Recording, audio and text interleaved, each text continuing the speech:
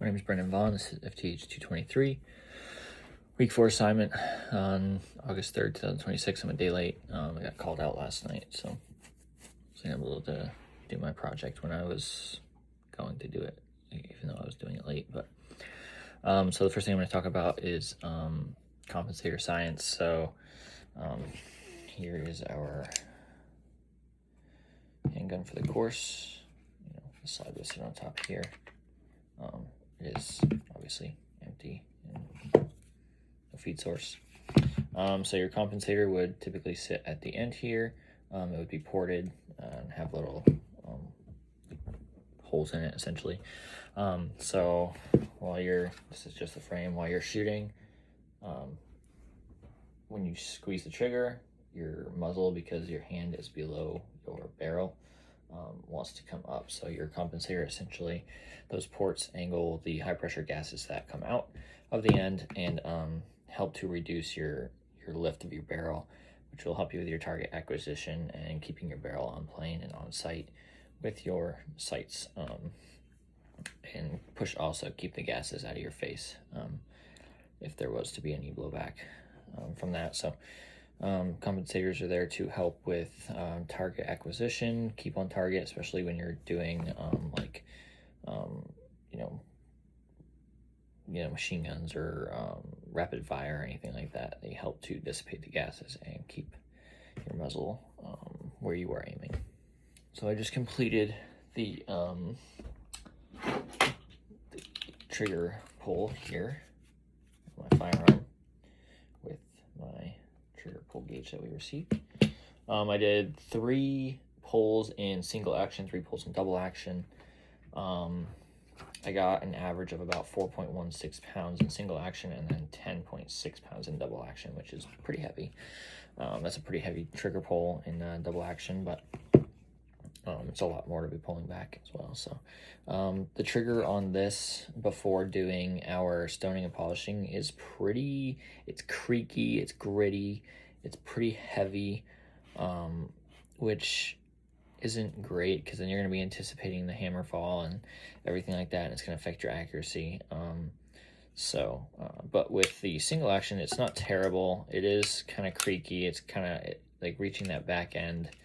Essentially, it's just there's just a lot of extra play and a lot of creak in the trigger system. So hopefully by switching out some of these springs and then also polishing down some of these pieces will help with that.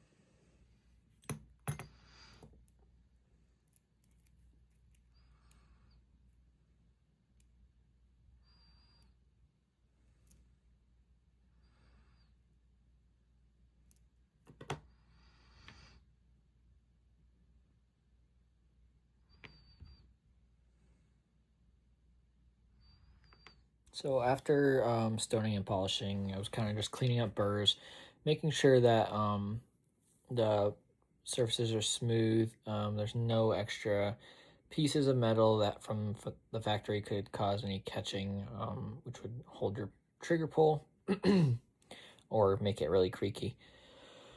And then after I did my polishing, I redid my trigger pull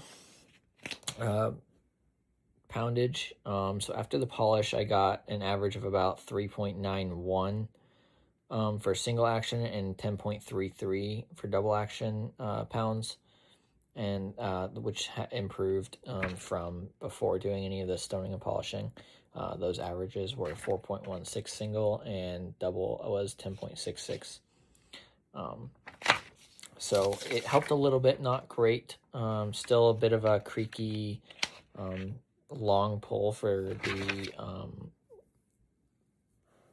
the double action, but overall it felt like it was a crisper break or a crisper release on the trigger. And then after doing the spring kit, my averages went way down to double was 8.33, so almost 2 pounds better, which is awesome. And then my single action was 3.25 pound average, so about 3/4 to almost a pound lighter on the single action, which is really well. So it's going to help me with my staying on target and just ensuring that I have less jerk, like expecting the trigger or the hammer to fall, which will allow me to be more accurate and consistent with my shooting.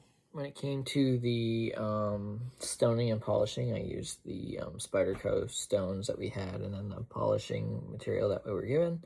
I could look at the parts, see kind of where they were rubbing, where they were maybe there was a little bit of raw material or markings, and I took the polishing stones and polished those down, or sanded those down with the stones, and then took the polishing like paste or whatever it is and rubbed that in there with a cloth, and then cleaned it off, and then repeated as necessary if I felt like it wasn't enough material removed. And that's how I polished and stoned the parts to make them fit a lot better and crisper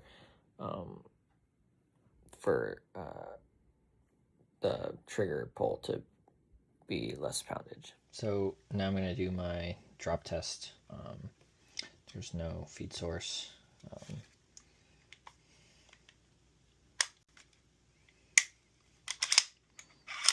It's empty.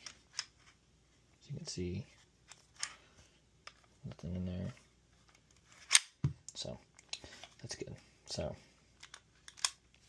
to do that, we're gonna throw the safety on. Obviously, trigger doesn't work. Trigger doesn't work. Trigger doesn't work. Trigger doesn't work. Works there. And then we're gonna check our hammer. So we're gonna, while we're pulling the slide back, we're gonna ensure that this goes all the way down. But when we're bringing the slide back forward, we want to see it lift up just a little bit to make sure that it's engaging all of this here surfaces. So there it goes. It's all the way back, and then it goes up just like that. So that's good. And then we're gonna try right here.